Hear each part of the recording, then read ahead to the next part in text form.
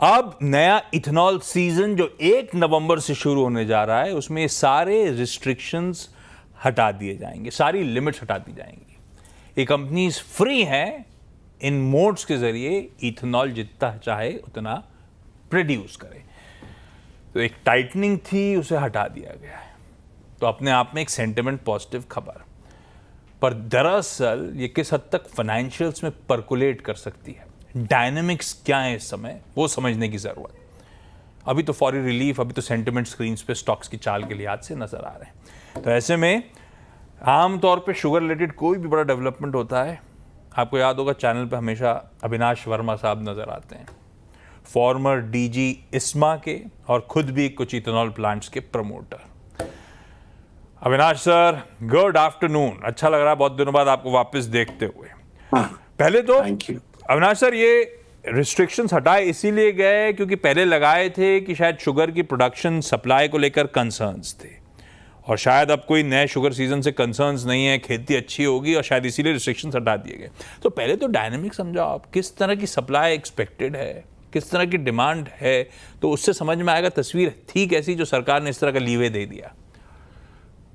जी, जैसा नंबर्स बताया हमारे मित्र ने अभी जस्ट 2 मिनट पहले, कि पिछले साल जो हमारा जो प्रोडक्शन शुगर का था वो हमारे डिमांड से लगभग मिलता जुलता या थोड़ा कम ही था, और इस साल का जो ओपनिंग स्टॉक था वो काफी चिंताजनक भी हो गया था। इसीलिए सरकार ने पिछले साल रेस्ट्रिक्शंस लगा दिए थे कि भाई बहुत ज्यादा आप डाइवर्ट मत करिए जूस को, ज्यादा चीनी बनाइए ताकि चीनी का दाम बढ़े नहीं और चीनी की उपलब्धता काफी रहे।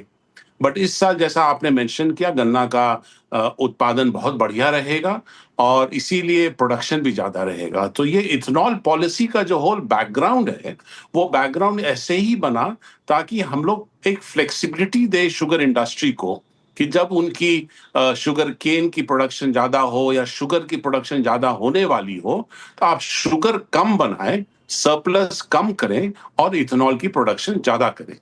अब आप देख रहे हैं लीवे आप स्मार्टली मार्केट को प्ले कर। हाँ, अच्छा, हाँ, मैं उसी पे आ रहा था। कल सुप्रीम कोर्ट ने फाइनली वो हो गया, ईबीपी 20, इथेनॉल ब्लेंडिंग 20, और रास्ता साफ है, सुप्रीम कोर्ट ने उस प्ली को, उस गुहार को खारिज कर दिया।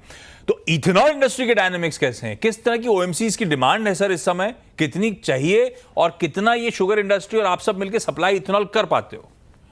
जी बिल्कुल, आप अगर देखें, आज ही मैं देखा नोटिफिकेशन या प्रेस रिलीज जो ये बोल रहा है कि पहले 9 महीने इस साल का जो इथेनॉल सप्लाई ईयर है, नवंबर से लेके जुलाई तक, इस 9 महीने में 750 करोड़ लीटर का सप्लाई हो गया और ब्लेंडिंग हो गया है।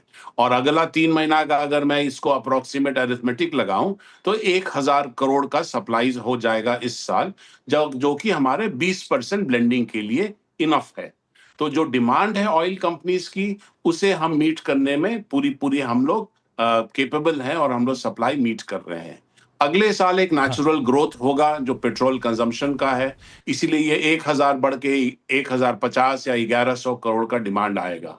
और ये जो शुगर इंडस्ट्री को जो एक्स्ट्रा अब मिला है कि जूस से कन्वर्ट करके बनाएंगे, तो इथेनॉल की उपलब्धता बढ़ेगी ही अगले साल। तो अच्छा, प्राइसिंग जो है मेरे ख्याल से एक्स मिल प्राइसिंग इथेनॉल की तो सरकार डिसाइड करती है।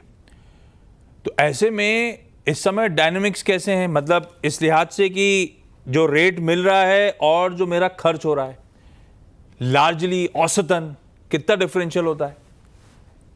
देखिए, ये कंपैरिजन मैं ऐसे करूंगा कि अगर कोई शुगर केन जूस को या बी हेवी मोलासिस को डाइवर्ट करता है, इंस्टेड ऑफ मेकिंग शुगर वो अगर इथेनॉल बनाता है, तो जो कंपैरिजन होगा वो कंपैरिजन होगा कि मैं शुगर को जो सैक्रिफाइस करता हूं, उससे जो रिटर्न आने वाला था, क्या वो कॉम्पेंसेट होता है इथेनॉल बनाने से या नहीं।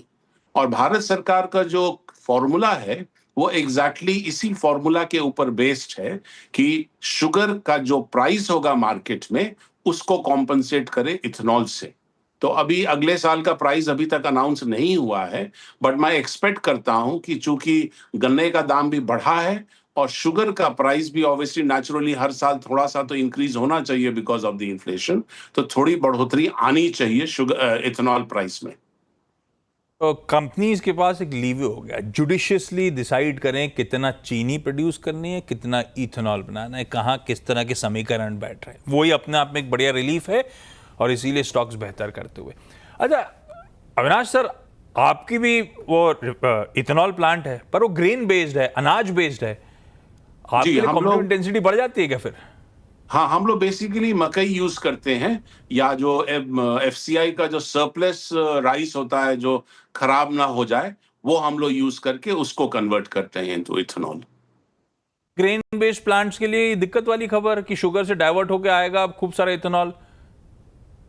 नहीं, I don't think so. I mean demand इतनी है और हर साल डिमांड ओएमसीज की बढ़ती ही जा रही है, तो मुझे नहीं लगता है कि हमें कोई प्रॉब्लम होगा। और हमारे साथ एक लॉन्ग टर्म ऑफटेक अग्रीमेंट भी है ऑयल कंपनीज का, उसके तहत वो गारंटी देते हैं कि हम जितना बनाते हैं वो लिफ्ट कर लेंगे। तो there is enough space for both sugar as well as grain based ethanol. Perfect Avinash sir, thank you so much सब कुछ आसान शब्दों में समझाने के लिए, पर्सपेक्टिव में रखने के लिए। रिलीफ